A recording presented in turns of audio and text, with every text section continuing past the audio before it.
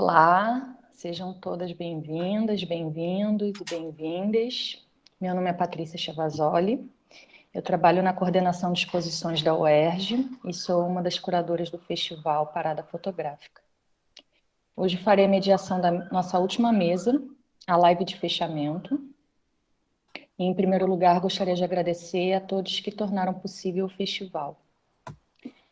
Bem, primeiro a PR3, Pró-Reitoria de Extensão e Cultura da UERJ, a pró-reitora, professora Cláudia Gonçalves, o Departamento Cultural, nosso diretor, professora Daí Rocha, a Coordenadoria de Exposições, que mesmo em meio à pandemia, foram incansáveis na busca por se reinventar e oferecer cultura e arte nos últimos quase 2 anos.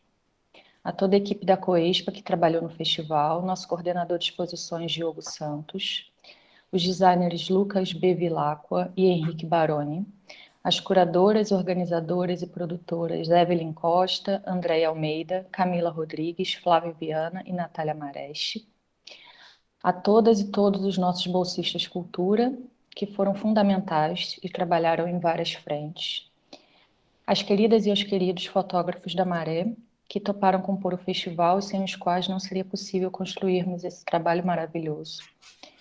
Amanda Baroni, Bira Carvalho, Cristine Jones, Davi Marcos, Douglas Lopes, Rosana Rodrigues, Camila Camilo e Cananda Ferreira. Aos professores e artistas dos workshops, Carlos Contente, Carolina Spork, Marina Alves, Aldene Rocha, Flávia Viana e Evelyn Costa. E aos palestrantes Francisco Valdean, Indianara e Siqueira e Anderson Félix. Não menos importante, agradeço ao público que esteve conosco nesses quase 30 dias de evento. Finalmente, após tantos e necessários agradecimentos, eu agradeço imensamente aos participantes da mesa de hoje, o professor Adair Rocha, diretor do Departamento Cultural e professor da UERJ na Faculdade de Comunicação Social, ao grande fotógrafo João Roberto Ripper e a artista, fotógrafa e grafiteira Ana Lemos, que é a nossa convidada que já aponta os caminhos futuros do nosso festival, na próxima parada, que será a Zona Oeste. Bem, depois de tantos nomes e tantos agradecimentos, eu espero que não tenha esquecido ninguém. Eu queria, acho que a gente pode iniciar nossa conversa a partir de um tópico mais geral, mas que norteou toda a construção do nosso festival, que é a relação entre arte e educação. Eu gostaria que vocês falassem um pouquinho desse tema a partir da trajetória e do percurso individual de cada um, né? Levando em consideração as questões de consciência social, formação histórica de um povo e construção de memória. Eu passo a palavra para o professor Adair Rocha. Bem-vindo, professor.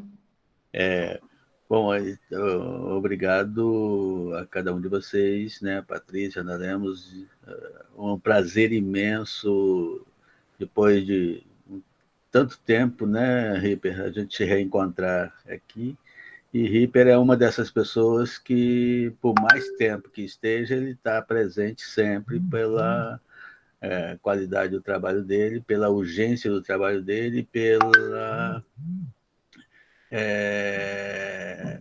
pela característica de não se furtar de fotografar o conflito, de fotografar o que há que precisa ser fotografado naquilo que a sociedade apresenta e representa, da desigualdade e do desrespeito à diferença e dos preconceitos todos existentes e, sobretudo, de um processo histórico, né, de mais longevo de escravidão, né, desse país, e que certamente nos apresenta, né, esse desafio muito maior, que é a permanência da cultura da escravização, né? E basta olhar para o projeto urbano, né? E aí certamente aqui vamos poder conversar bastante, não só sobre a partir da Maré, mas da Zona Oeste, dos diferentes espaços, né? E o Ripper passa pelos diferentes espaços do país, né? inclusive do papagaio, né, e as diferentes expressões do araguaia, né?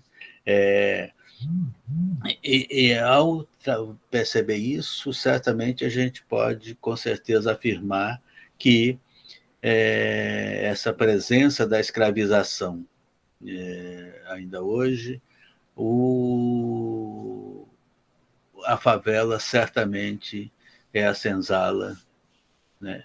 E a Casa Grande está presente. E aí, que reprodução é essa de como se fosse normal? Que imaginário, né, dominante é esse que apresenta como se fosse normal a existência da favela? E o que significaria, né, essa normalidade de um terço da cidade viver da incompletude das relações com o poder público, das relações com o Estado, né, e daí por diante.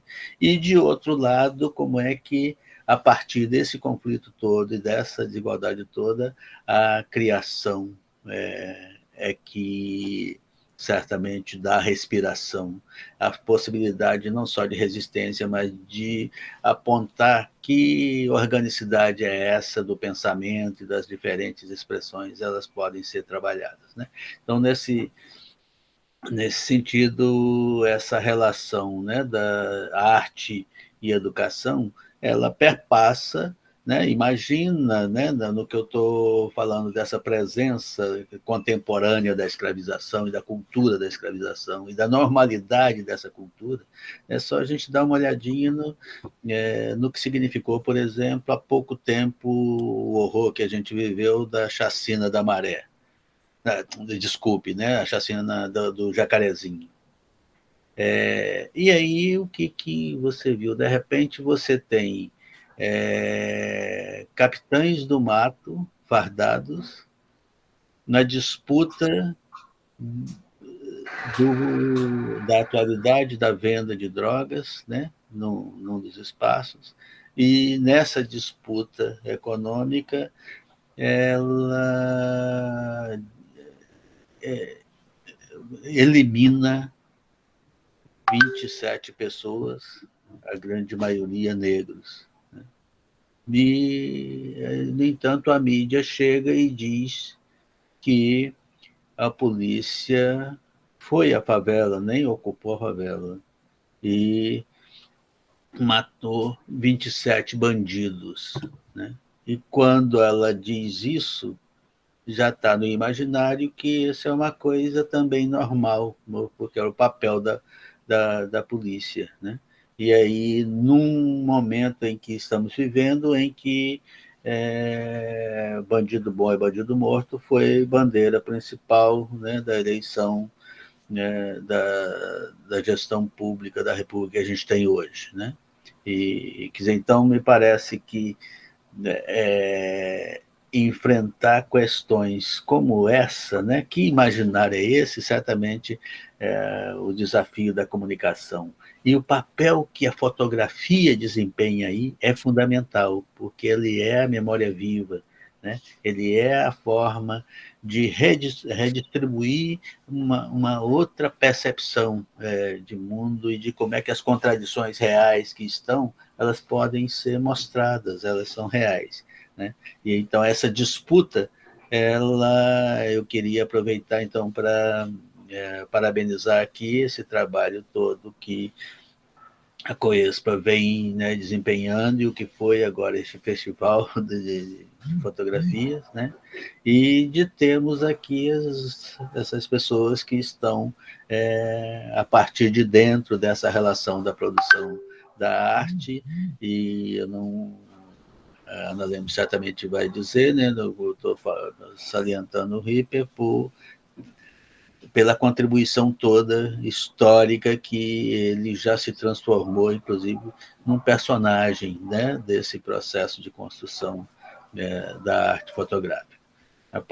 Num primeiro momento, as questões que eu queria levantar. Tá bem? Obrigada, professor Adair, por a sua fala contundente. Lembrei muito Eu tenho lido o livro da Lélia Gonzalez, Por um Feminismo Afro-Latino-Americano, E tem uma parte que ela justamente fala o que o senhor acabou de dizer a respeito enfim, da construção urbana da cidade, né? E ela diz exatamente assim, se me permitem citá-la por um minuto. Já o lugar natural do negro é o oposto, evidentemente, das senzalas favelas, cortiços, invasões, alagados e conjuntos habitacionais. Dos dias de hoje, o critério tem sido simetricamente o mesmo, a divisão racial do espaço. No caso do grupo dominado, o que se constata são famílias inteiras amontoadas em cubículos, cujas condições de higiene e saúde são as mais precárias. Além disso, aqui também se tem a presença policial, só que não é para proteger, mas para reprimir, violentar e amedrontar. É por aí que se entende porque o outro lugar natural do negro sejam as prisões. Aí ela termina a fala dizendo: enquanto isso, o discurso dominante justifica a atuação desse aparelho repressivo, falando de ordem e segurança sociais. Quer dizer, a gente permanece nesse mesmo estado, né, que Lélia Gonzalez já nos trouxe na década de 70, 80. Enfim, a gente pode continuar. Ana, Ripper, quem gostaria de dar continuidade à discussão? Não, posso falar assim. Boa tarde. Obrigada pelo convite. É uma honra estar aqui também com vocês. O professor Aldair estava falando da importância, né, da fotografia na construção dentro das comunidades. E eu comecei a fotografar, não tem tanto tempo, eu comecei em 2015 para 2016. E a partir de 2018, eu comecei a fotografar mais dentro das comunidades. Né? Eu consegui juntar as duas coisas que eu gosto de fazer, né? Que é a grafitar e a fotografia. E o nosso objetivo, né, no grafite é levar a arte para dentro das comunidades. Que todo mundo sabe que a arte, para chegar na comunidade, ela é difícil, ela é complicada. E eu consegui unir a fotografia e a arte do grafite. E eu passei a acompanhar mais a realidade dentro das comunidades, apesar de ter nascido também dentro de uma comunidade. Hoje eu já não moro mais. E tem sido uma experiência assim que ao mesmo tempo que eu sei da importância de estar ali, de ver também que da necessidade de mostrar, né, tudo que, infelizmente, a gente não pode mostrar tudo, do que as pessoas estão vivendo dentro da comunidade. Eu acho que a fotografia, inclusive a gente vai fazer uma exposição, né, desses momentos de grafite dentro da comunidade, e também em relação ao feminismo que você tinha citado antes, eu acompanho muito os mutirões de grafite das mulheres. Tenho acompanhado bastante os mutirões de grafite das mulheres. E a importância de mostrar que as mulheres ali também estão naquele espaço. Esse tem sido o fundamental da fotografia junto com o grafite. Então, a gente tem pegado essas fotografias, algumas páginas de grafite, tem postado, e cada vez mais tem abrido mais espaço para as mulheres dentro do próprio grafite, por conta da fotografia que não só, mas outros fotógrafos também têm mostrado, né? E eu acho isso muito importante, porque tem abrido porta para essas mulheres, tem abrido porta para mim também, né, no caso. E o nosso objetivo é esse, dentro da arte e da fotografia. É mostrar que as mulheres dentro do grafite, mostrar a nossa arte e mostrar que também a gente pode estar num espaço onde a maioria, né, é de homens. Obrigada por Eu compartilhar. estou um pouco nervosa aqui também. Aí tem um lado um pouquinho. Todas nós. Henrique, gostaria de ouvir muito a sua contribuição. Você foi muito citado por todos os fotógrafos que participaram do nosso festival e que tiveram sua formação, né, dentro da Escola de Fotógrafos Populares. E, enfim, é uma honra poder escutar você um pouquinho.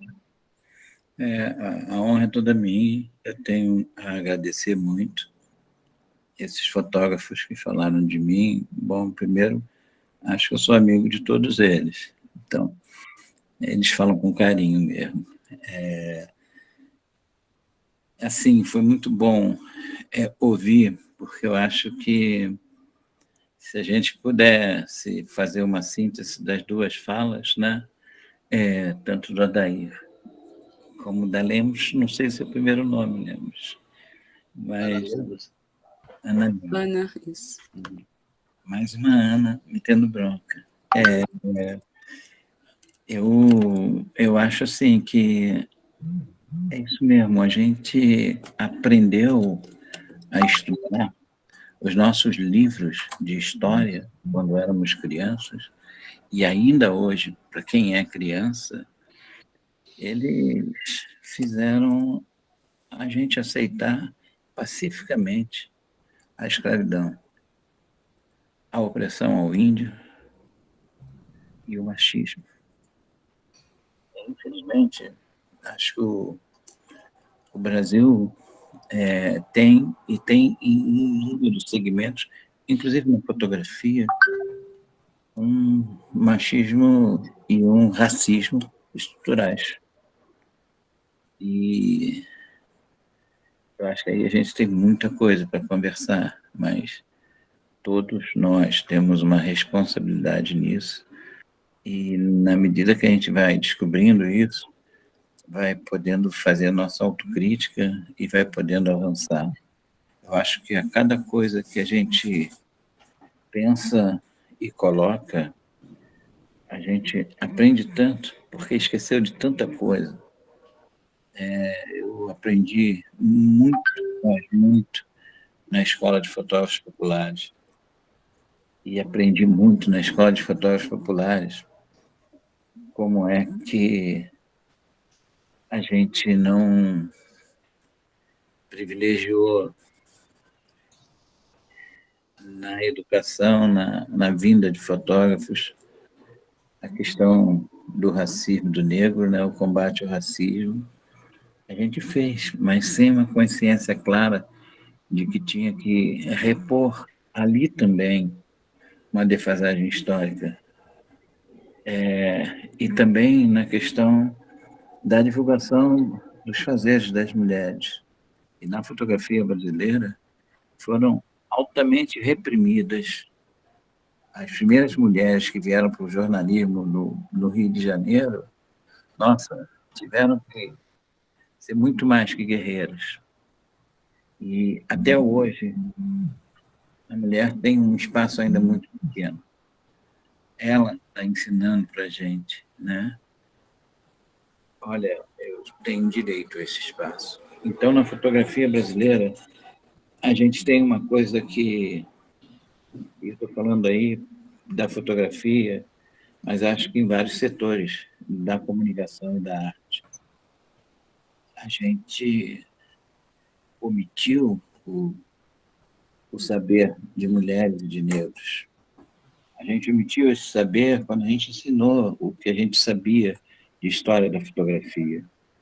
Porque, na verdade, a gente tinha muito pouco acesso aos fazeres fotográficos e às lutas que empregaram mulheres e negros desde os primórdios da fotografia. São muito poucos dados.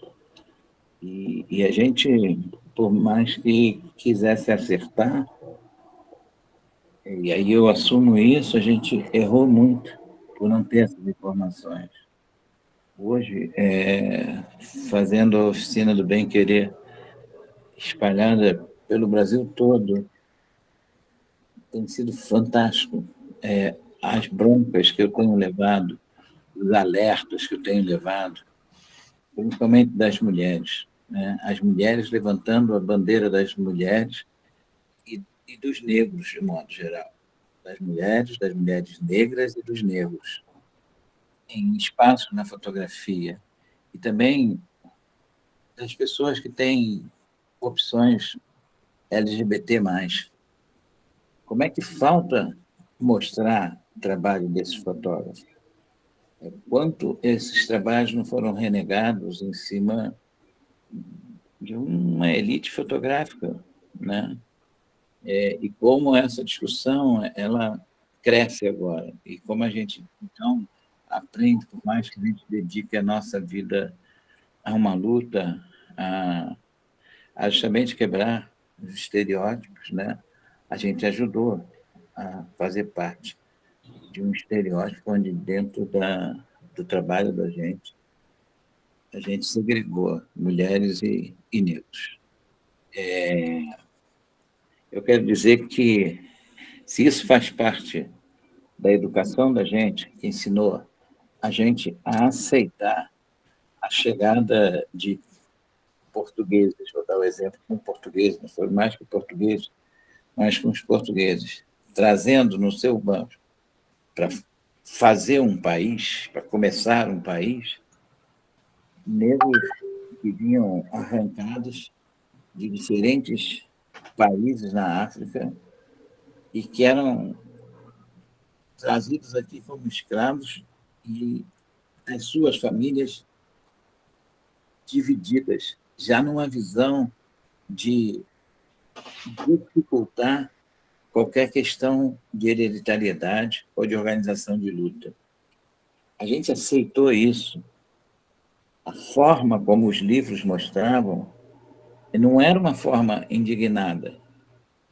Então, a gente já cresceu recebendo a história do Brasil racista, sem nenhum protesto, escravagista, sem nenhum protesto, né? Para que a gente se acostumasse com aquilo como sendo normal. E a gente teve, no correr dos anos, a gente viu a mulher segregada, a participação e o reconhecimento do seu trabalho, dos seus fazeres, das suas belezas, de uma forma brutal. E isso aconteceu dentro da fotografia, acontece ainda, embora hoje a gente tenha mulheres fazendo trabalhos fantásticos e começando a aparecer. Agora, quando a gente chega para regiões como a região amazônica, quando a gente chega para regiões como o Vale do Jequitinhonha, como espaços de populações tradicionais, a gente vê ainda de uma forma mais clara como é que os representantes das nossas populações tradicionais, como é que os negros, como é que as mulheres, de um modo geral, têm pouquíssimos espaços para participar do processo de formação, de comunicação e mostrar também sua arte, seus fazeres, né? Se a gente for perceber com calma, a gente vai ver que a gente cresceu no jornalismo e a gente, às vezes, elogiava reportagens fantásticas e premiava fotógrafos que conseguiam exacerbar no drama. Só que, assim, as belezas dos fazeres, se fosse das populações menos favorecidas, que são a maioria das pessoas nesse país, né? Que são talvez 1/3 da nossa população nas favelas, mas e nas populações tradicionais, e entre os índios, e entre os quilombolas, e entre os geraizeiros, os veredeiros, os catingueiros. Quer dizer, essas populações nunca foram mostradas pelas belezas dos seus fazeres. Essas populações sempre foram mostradas por uma história única, que é a história da violência, da qual elas são vítimas, e sempre apareceram como se fossem potencialmente responsáveis ou potencialmente criminosos dentro das favelas na forma como se mostrava os índios e como se defendia a diminuição dos seus espaços o tempo todo, em vários governos, e nesse aí, então, nem se fala, porque é a apoteose do latifúndio, né? Mas a gente se acostumou a ver isso e ver na mídia. A mídia, de uma maneira que gritava por liberdades em alguns pontos, ela, como um dos poderes, ela alinhavava, né? Juntava, costurava a fala de todos os poderes, desde o poder político em si, né? Federal, estadual, municipal, ao poder da indústria, poder do comércio, poder do latifúndio. Esses poderes sempre tiveram para falar as suas visões de mundo assessores de imprensa. E essas visões todas foram muito costuradas, muito parecidas com um ritual de matérias onde nunca aparecia as belezas dos fazeres dessas populações. Elas sempre apareciam ou pela violência ou pela ausência, pela omissão. Quando se discutia a importância das casas das favelas, se falava tanto do absurdo, do perigo de casas que não são construídas com a assinatura de arquitetos e engenheiros, mas não se falava que foram os moradores de favela e mutirões, onde dentro desses mutirões participavam sempre mestres de obras e pedreiros, e constroem a cidade formal. E construíram, com a união deles, conseguiram enfrentar e diminuir brutalmente, em alguns casos, resolver problemas de habitação que o Estado nunca resolveu. Que aí eu falei 2 pontos só, um da comunicação, outro da habitação. Esses 2 pontos estão dentro da melhor carta que existiu nesse mundo e a mais respeitada, que é a Declaração Universal dos Direitos do Homem. Então, para se fazer frente a isso, eu acho que tem que se juntar todas as forças mesmo, de forma muito forte. A gente trabalhar na formação cada vez mais, né, desses jovens dentro da comunicação, dentro da arte, e expandir isso para que eles possam invadir mesmo, ocupar as universidades, levar para as universidades os saberes populares e a gente também construir escolas populares com extrema qualidade e que eles possam começar a fazer um jornalismo e uma arte popular onde eles possam ser um caminho de bem-querer, ou seja, entre quem eles documentam, quem eles fotografam e quem vai receber as imagens. Eu acho que é por aí que a gente começa a ver mudanças e começa a ver alguns jornais ou alguns veículos de televisão começarem a abrir espaço para que a voz dessas pessoas saia. A gente começa a ver, dentro de estruturas que sempre foram extremamente repressoras e que sempre se arvoraram o direito de contar a história, porque a história do Brasil sempre é contada pelo poder. Agora, sim, vem vários movimentos que estão fazendo com que a história comece a ser contada pelos seus protagonistas. Esse movimento a gente tem que agradecer, aprender com eles e dar espaço cada vez mais para que as mulheres que fotografam na Amazônia, no Nordeste brasileiro, nos semiáridos, no sul desse país e nas regiões leste, nas nossas favelas do Rio, nas favelas de São Paulo, que tenham voz e que possam mostrar o seu pensamento e sua forma de arte. Eu acho que é uma hora de todo mundo juntar forças e começar a corrigir, infelizmente, um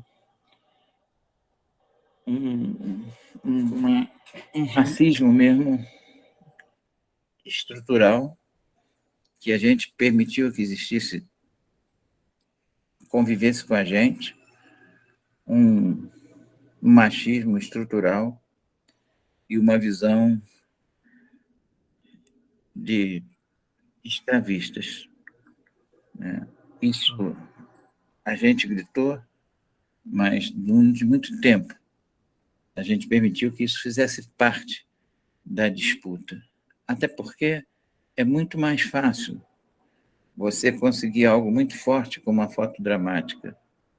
Difícil é você mostrar os saberes, é mostrar as belezas das populações que não têm espaço para falarem e para serem mostradas. E quando você não mostra beleza, na minha cabeça, é uma tática que existe. Para quê? Se você não mostra, você não faz essa relação para que a sociedade informada possa saber do que essas comunidades todas, do que essas populações todas, do que esses moradores de todas as favelas fazem, né, para construir, junto com as populações indígenas espalhadas por esse país, cada vez mais massacradas, com as populações quilombolas cada vez mais oprimidas.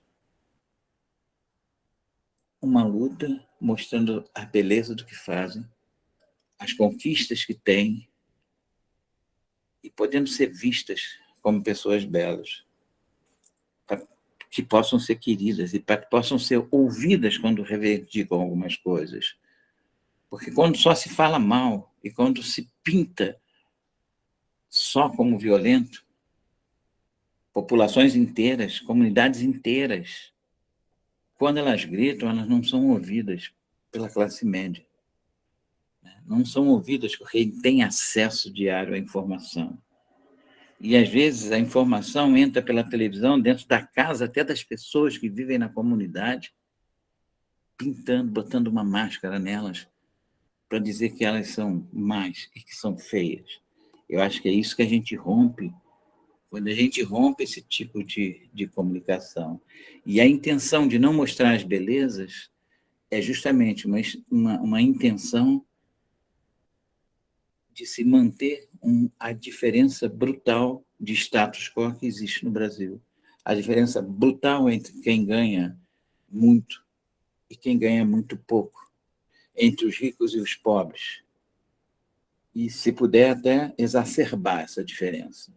Então, eu acho que é contra isso que a gente tem que lutar muito e que, na luta, aprender, fazer as nossas autocríticas com os gritos e berros que estão vindo e com os trabalhos fantásticos que estão chegando. E eu acho que a coisa que a gente tem que aprender é dar muita força a essa mudança e dar muita força para que essas pessoas, né, para que as mulheres, para que os negros e que para todos aqueles que têm uma opção LGBT+, possam ser vistos e ter seus espaços, e que a gente lute, inclusive, para entender que a gente tem que, na informação, na comunicação e na arte, fazer a nossa autocrítica, que nós também fomos absolutamente exclusivistas na nossa trajetória. Agora a gente está aprendendo a mudar ainda melhor. O primeiro que vocês devem estar vendo aqui, que atrás de mim tem uma bandeira que é a dos 3 Reis Magos, né? E que eu sou o Furião de Reis. E aí era interessante, né, como é que essa prática religiosa ela é de uma tradição fundamentalmente rural, e inclusive a forma como o processo se dá, ela está muito mais à vontade, né, na própria, onde ela vai, inclusive, a trajetória, né, do 25 de dezembro ao 6 de janeiro, né, e as visitas às casas, e a forma como as pessoas recebem, e como é que em cada espaço, né, você tem um acolhimento mesmo, e ao mesmo tempo, se é o presépio, aí é inclusive uma forma de cantoria que o mestre tem que fazer, né? E essa expressão, ela certamente nesse grande, entre aspas, né, da chamada Revolução Industrial, e ao mesmo tempo da própria abolição da escravatura, né, dita, né, escrita e tal. era essa chegada atrasada da Revolução Industrial, quer dizer, você tem uma passagem do Brasil rural para o Brasil urbano, né, em poucas décadas, né, e aí isso está muito diretamente ligado ao crescimento das favelas, né, quer dizer, o chamado trabalho livre, ele está diretamente ligado com com a formação do Exército Industrial de Reserva para controlar o salário mínimo e o ganho estratosférico, né, que é a lógica do que vivemos. E aí, claro que, então, grande parte dessas... Estava até, enquanto vocês falavam, o Ripper falava, você estava pensando que na zona rural, a Folia de Reis, ela atravessa classes, ela, né, passa nas casas mais empobrecidas, as casas também das pessoas mais com mais condições e tal, né? E algumas delas, inclusive, você pode ter até matar um novilho, uma leitoa, né? E galinhas e frangos e tal. E a festa mesmo, que é no dia 6, ela acaba sendo um acúmulo, né, de tudo que foi, inclusive, recolhido e vai estar. E aí, imagina isso nesse processo que a gente vive, né, dessa transformação em urbano, onde você tem que responder a cada dia aos pontos, ao horário de trabalho, esse processo todo. Então, a lógica é completamente diferente da lógica rural, dessa lógica urbana. E aí, a Folia de Reis, por exemplo, mas várias outras coisas você vai ter implantadas nas favelas, quer dizer, que é fundamentalmente onde essa tradição rural veio viver, né? E a manutenção, e a tradição, né? E essa cultura, e a significação que as coisas têm, porque aí não é um folclore, né? E ao dizer folclore, é uma forma também da cultura dominante dizer que não é cultura, né? E de definir o que é cultura e como é que, em determinados espaços, não dá para você se colocar como proprietário de nada. A única propriedade tua ali é a possibilidade de servir, a possibilidade de trabalhar, né? E tudo mais, né? Então, acho que queria comentar que esse processo fotografado e documentado, né? E qual é a vida de fato que dentro da cidade, onde a ausência e a incompletude do poder público está, é onde está, de outro lado, toda a tradição, né? Que vamos pegar desde das tradições afro, né? Das tradições indígenas, das tradições rurais todas, né? De todas as pessoas que habitam, né?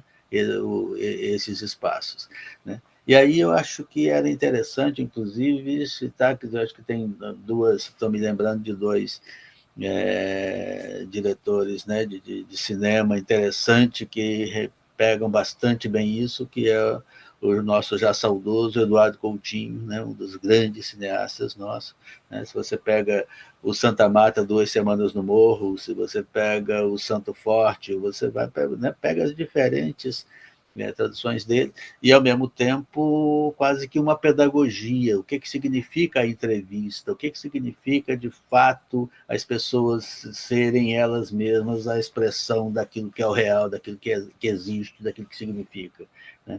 E como é que um diretor de cinema pode traduzir isso? Isso está, de alguma forma, resumido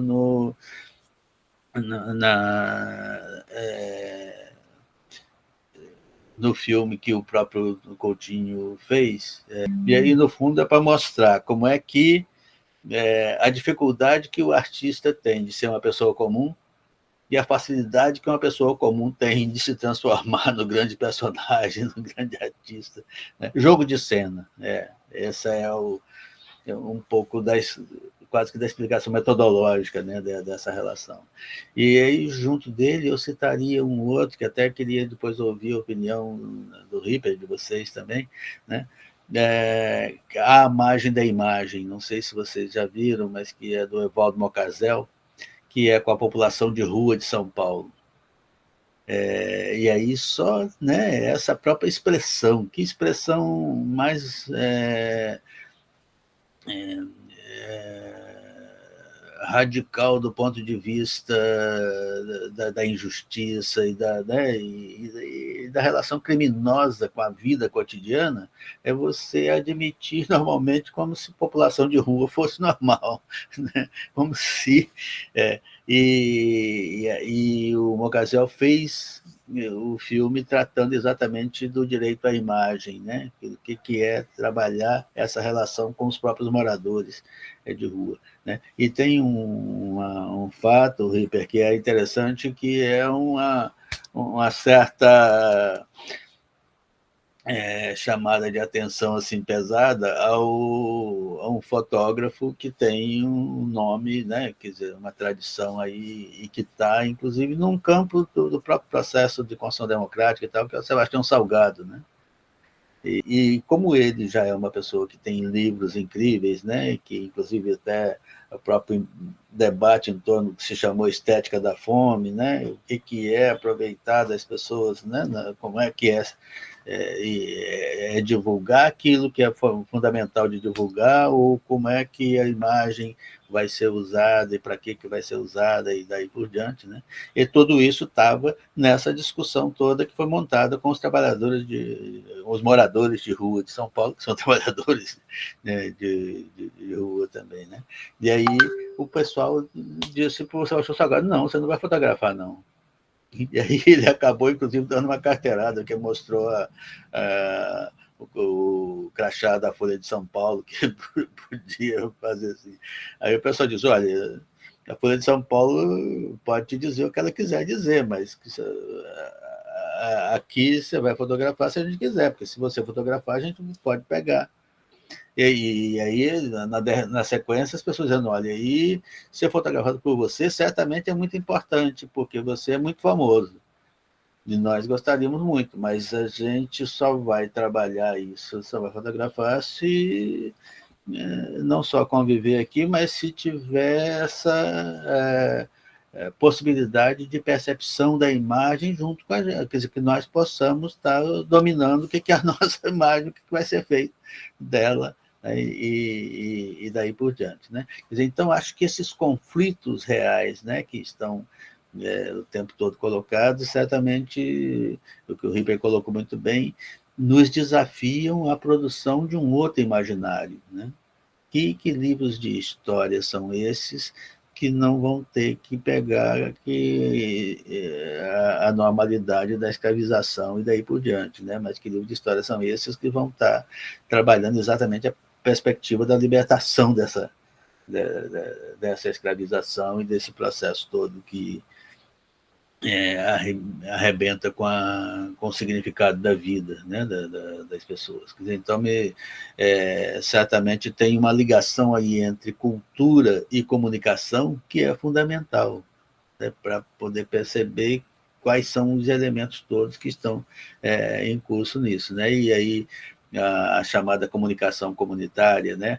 Ou aí eu diria que a UERJ, né, acaba sendo um símbolo importantíssimo nesse processo, na medida em que a política de cotas, né, bateu de frente com essas visões todas, né, que inclusive não só foram contrárias ali, mas no sentido da desqualificação mesmo e colocando o risco de que isso desqualificaria a própria universidade e a qualidade do ensino e daí por diante, e tudo que está se vendo é exatamente o inverso, né? Que possibilidade é essa de você retratar e pensar e rediscutir de fato o que significa a cidade, o que significa a sociedade, que interações são essas que cada vez mais eu tenho chamado da produção dos novos intelectuais orgânicos, né?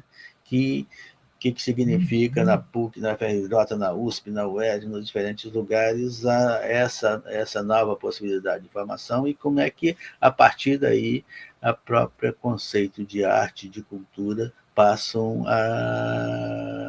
eu não certamente tenho uma posição mais crítica a essa visão do lugar de fala, né? Ou o próprio conceito de empoderamento, ou determinadas visões que acho que estão colocadas, que elas podem correr o risco de levar a uma visão também dominante, histórica, que é cada um no seu lugar. Que, né, como se o operário não pudesse ser presidente da República, né? Como se, né, e se for presidente da República, tem que cantar na mesma cartilha de quem, né, sempre conduziu, né, e daí por diante. Enfim, eram um pouco dessas questões todas que provocadas aí pelo River, pela Ana e por você, eu queria trazer e falar da felicidade de poder estarmos vivendo, ainda que em pandemia, com o festival se realizando, né, com a questão da fotografia sendo tão bem trabalhada, e como é que o grafite, como é que as diferentes artes populares vão estar cada vez mais, como é que os coletivos todos que estão trabalhando, a gente possa, né, através desse departamento cultural e dos diferentes espaços, estar cada dia mais não só reconhecendo, mas contribuindo para a potencialização e para a divulgação e para essa produção de um outro imaginário da liberdade, né, da libertação. Do ponto que o Ripper levantou, que é dar oportunidades, né, de abrir portas, dar oportunidade. E até hoje eu fico me perguntando como é que não sei se o Ripper também deve ter essa vivência, de como uma pessoa que que quer viver da fotografia, que está dentro da favela, da periferia, vai conseguir abrir essa oportunidade, né? Porque eu estou aqui porque na força da vontade, de vontade mesmo.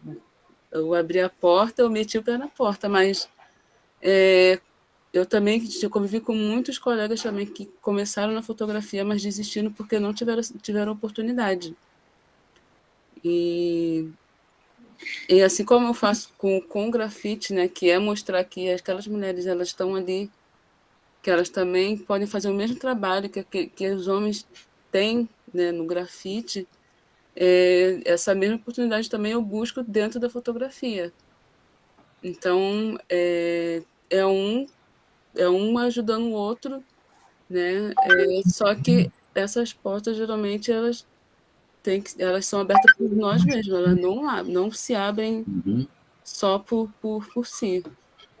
Então, eu acho que eu vou continuar nessa luta, assim como vários fotógrafos. Teve a exposição, que foi linda também, e eu sei também do quanto é importante ter essa oportunidade de mostrar o trabalho dentro da comunidade, assim como tem também os fotógrafos do Alemão também, que eu conheço bastante. E a gente vai continuar nessa luta, porque é difícil, é muito difícil.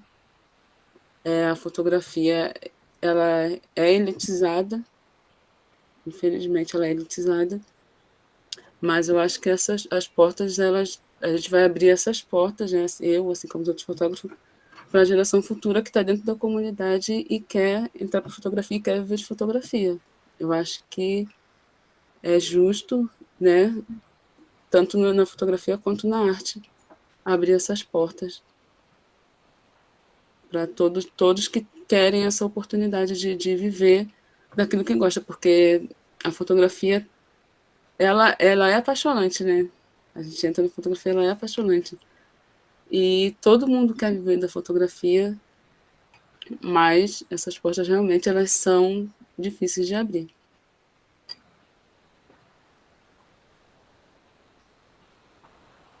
Ripper, quer comentar alguma coisa a respeito disso? Eu concordo plenamente. Acho que são portas difíceis de abrir, sim. Mas por isso mesmo, são desafios que a gente tem que fazer cada vez maiores. Né? Ver algumas coisas que tiveram resultados bem positivos, né? Acho que hoje existem vários grupos de fotógrafos espalhados por aí. A escola de fotógrafos mesmo ela trouxe mais de 60 pessoas para ter fotografia. Ela permite que se criassem outros grupos, né, de imagens, como o Favela em Foco, né, como o Cafuné na Laje, e esses grupos estão realmente produzindo. Hoje tem um grupo abarcando pessoas de diferentes estados, a maioria de comunidades, misturado com outros fotógrafos que vêm há tempos lutando, que é o projeto realizado pelo Dante, mas aberto para todo o grupo, que é o Fotografia, Periferia e Memória. Toda quinta-feira está conseguindo, através do SESC Paraty, espaço de fala, e nesse espaço de fala tiveram inúmeros fotógrafos da favela, a maioria foram fotógrafos de favela, né? E tiveram inúmeras mulheres. Então, eu acho que são caminhos que se abrem aí, mas que tem que ser muitos. Eu acho que outras escolas tem que haver, e escolas com o maior critério de qualidade do mundo. Eu acho que mais pessoas... Uma das coisas que eu acho fantástica é que as pessoas que fizeram a escola, elas mergulharam em fazer universidade, né? Várias delas, em fazer mestrado, em fazer pós-graduação, e algumas delas em fazer o doutorado, né? Bom, acho que um exemplo está dentro aí da UERJ, foi Valdean, começou na escola, né? Ele foi o primeiro funcionário do projeto, né? Cuidava do que ia acontecer, enfim, daí não parou mais, né? Mas dali também saiu o Ratão do Nunes, que hoje é estudado na Universidade de Cadeira de Estudo, né? Que as máscaras nas festas religiosas, populares, do fotógrafo Ratão Diniz. O trabalho de um fotógrafo de matriz negra, Favela da Maré, né? De raiz nordestina também. É estudado pelas várias classes que permeiam, né, a universidade, a UFRJ, né? Então, ele é uma cadeira de estudo, é uma opção de escolha para você estudar dentro da comunicação, dentro da fotografia. Eu acho que essas transformações elas têm que vir num campo muito mais acelerado. A gente tem que ter forças para criar escolas nos vários locais, e essas escolas não só preparam as pessoas para aprender cada vez mais o seu potencial fotográfico, mas também para abrir caminhos para que elas entrem para dentro das universidades, né? Eu vejo isso hoje. Você tem fotógrafos indígenas com um trabalho fantástico, você tem cineastas indígenas, né, com Kamikiá, você tem em várias etnias. Então, há um crescimento disso. Esse crescimento tem que ser muito maior, né? Eu acho que passa por isso mesmo, por essa discussão de saberes ir lá para dentro. Hoje a gente já tem indígenas em condições de replicar o seu ensino. Então, acho que projetos estão sendo pensados.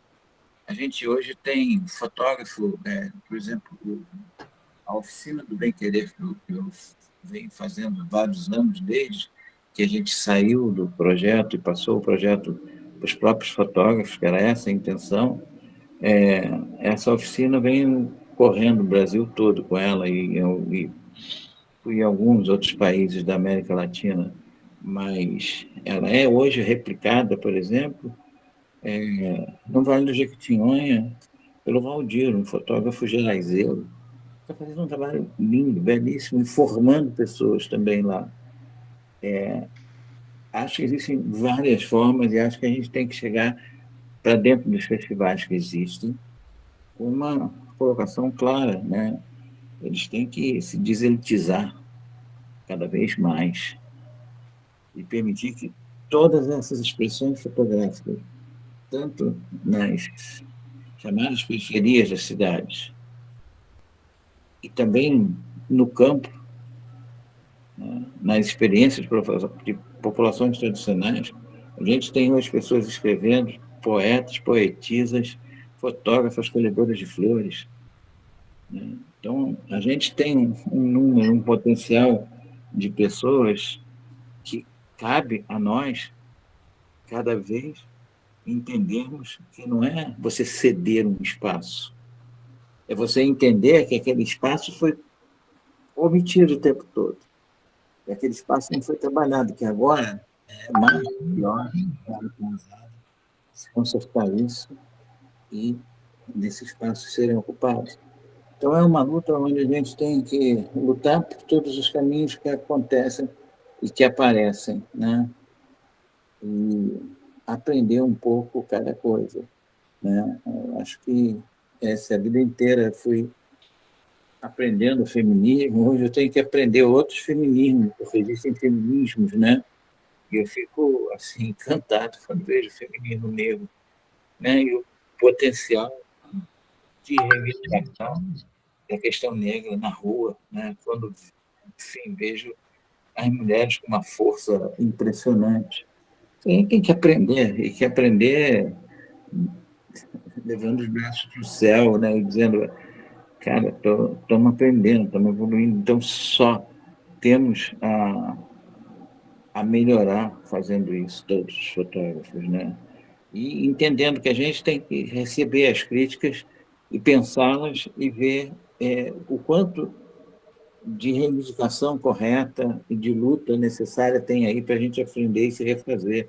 Agora estou estudando para ver como é que, dentro da apresentação do Bem Querer, eu consigo ir resgatar a história de fotógrafos e fotógrafas negros, né? E quais os fotógrafos? Quem conhece o trabalho de fotógrafos LGBT+. Tem uns trabalhos lindos.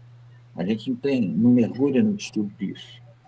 Chega uma hora que a gente tem que ressignificar nossos estudos, nossas pesquisas, para a gente ajudar a contar histórias que não foram contadas, né?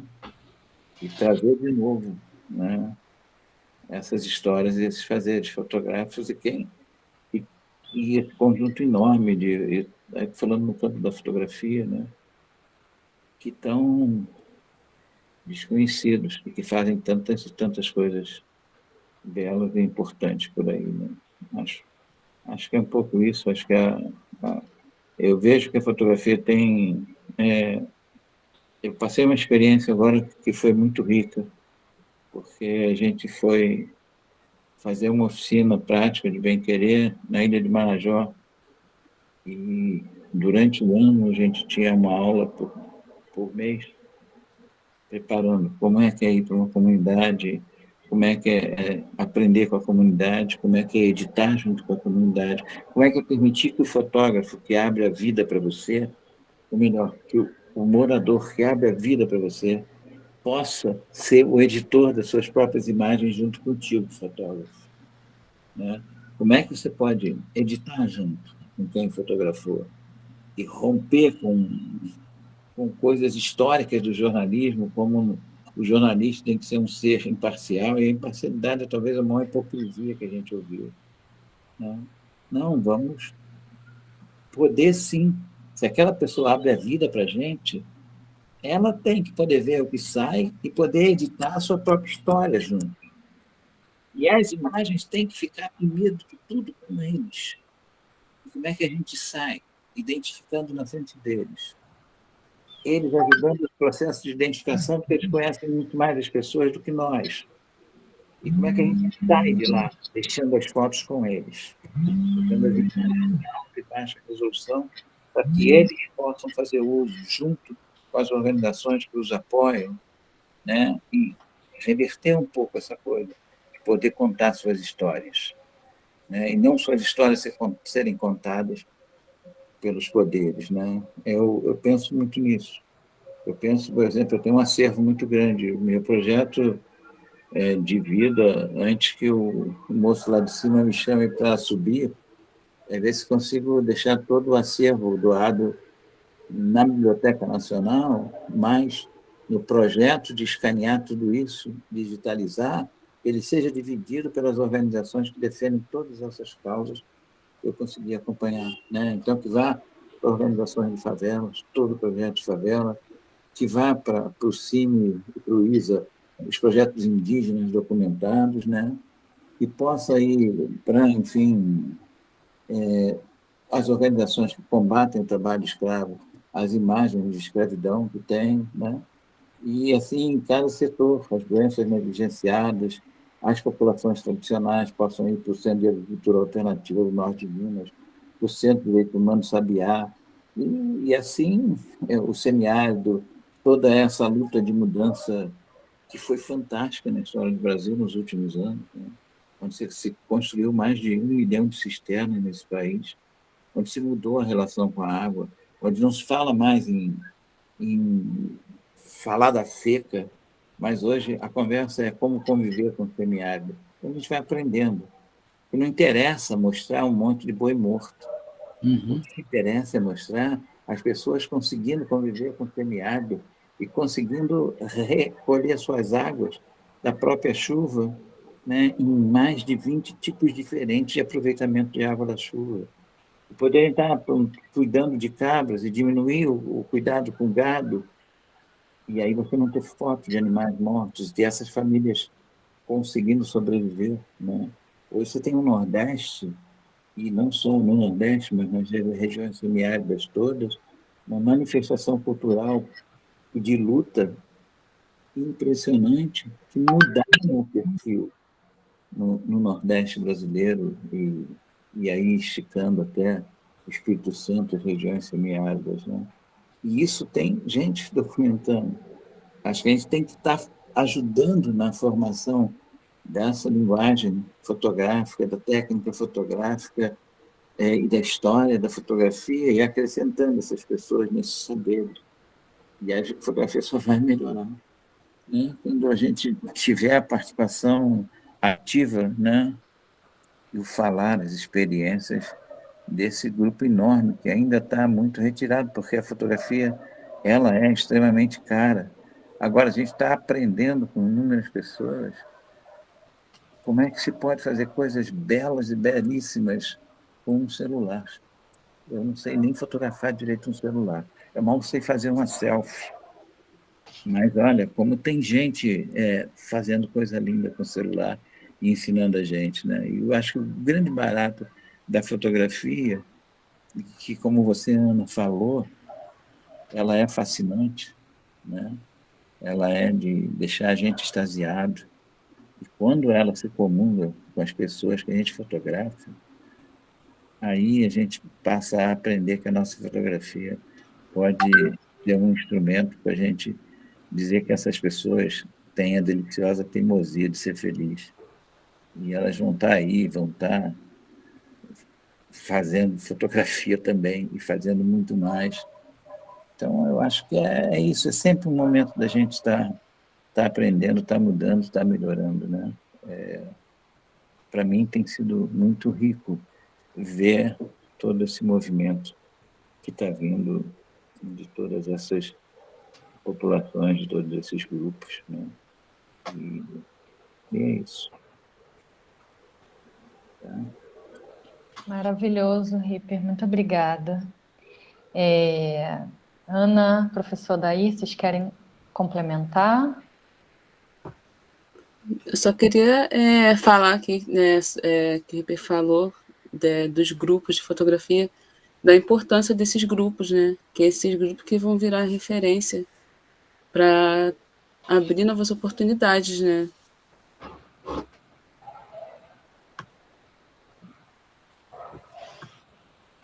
Eu acho que é isso, quer dizer, acho que há hoje aqui quase que um documentário sobre a fotografia, que aí pode até traduzir também que na perspectiva da democracia a importância que tem, né? Quer dizer, como é que as coisas podem ser divididas ou colocadas em comum, como é que aquilo que é a potência real que existe, ela precisa ser mostrada, né? E como é que foi, como o Ripper, né, tem dito desde o início, como é que a história foi negada, né, para todos nós, é como se a história só fosse dizer para todo mundo como é que todo mundo tem que ser, né? E então, nesse sentido, tomara, Ripper, que vai demorar muito ainda, mas já pode, tudo que já tem já tem que ir sendo sistematizado e que uma instituição como a Biblioteca Nacional possa, né, estar abrindo esse espaço para o acesso, né, de todas as pessoas, dos artistas que de fato fotografam, né? Eu acho que e aí, Ripper, tem muita coisa mesmo, né? Quer dizer, o que o MUB, né, o Movimento Humano de Direitos, tem, o que que lá o Centro de Defesa dos Direitos Humanos de Petrópolis, eu vou lembrando aqui das diferentes instituições em que as fotografias suas são fundamentais, né, para a leitura da história, para o processo de compreensão, né, dos lugares que são cada vez mais agredidos, né, historicamente. E como é que como criar esse processo, não da agressão, mas o processo da gratuidade da vida e de como é que as mais diferentes possibilidades, né, das diferenças sejam cada vez mais respeitadas e trabalhadas e daí por diante. Então, era muito mais um agradecimento mesmo e um orgulho de poder estar aqui compartilhando com vocês esse momento. Agradeço muitíssimo, professor Adair, Ripper, Ana Lemos, já pegando o gancho, né, dessa conversa maravilhosa para falar um pouco do nosso festival. A nossa conversa de hoje está finalizando, né?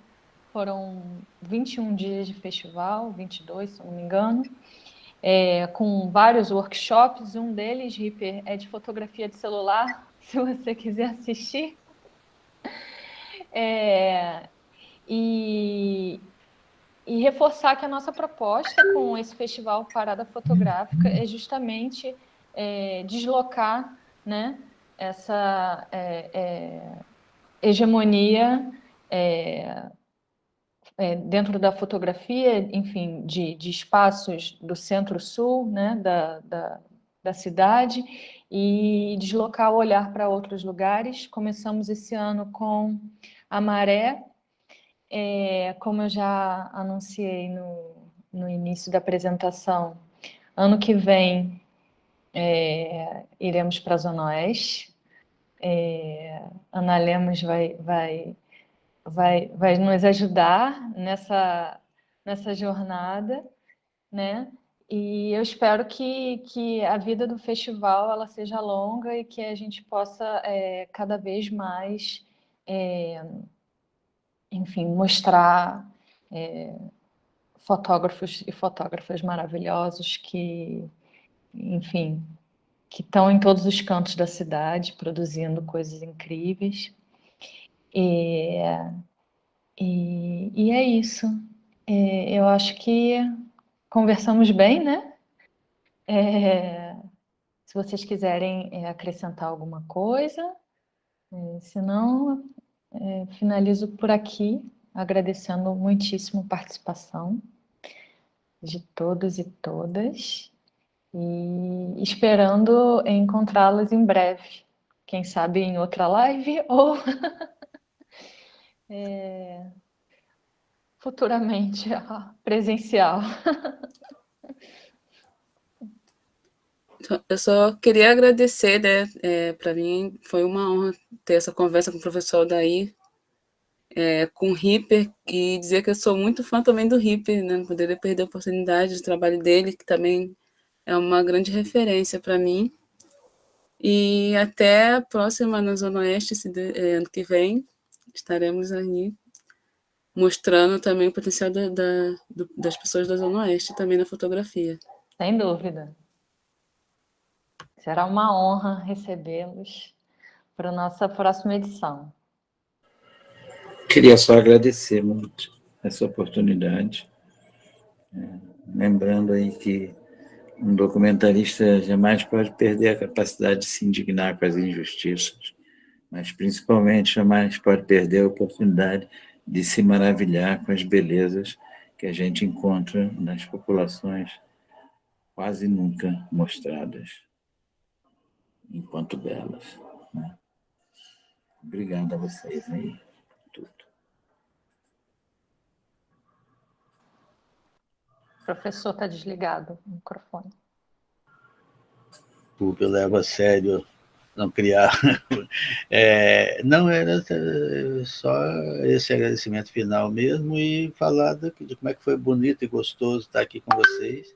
E o Ripper me lembrou aí, né, falar das coisas bonitas e tal.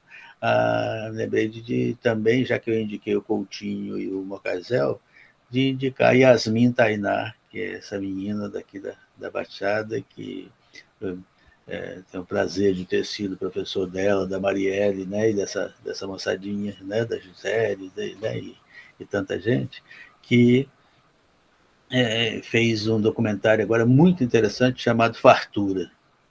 Como é que a festa é feita na favela e quais as fotografias todas que foram recolhidas para que esse documentário pudesse ter sido feito. Tá? Então, a gente encerra aqui com Fartura.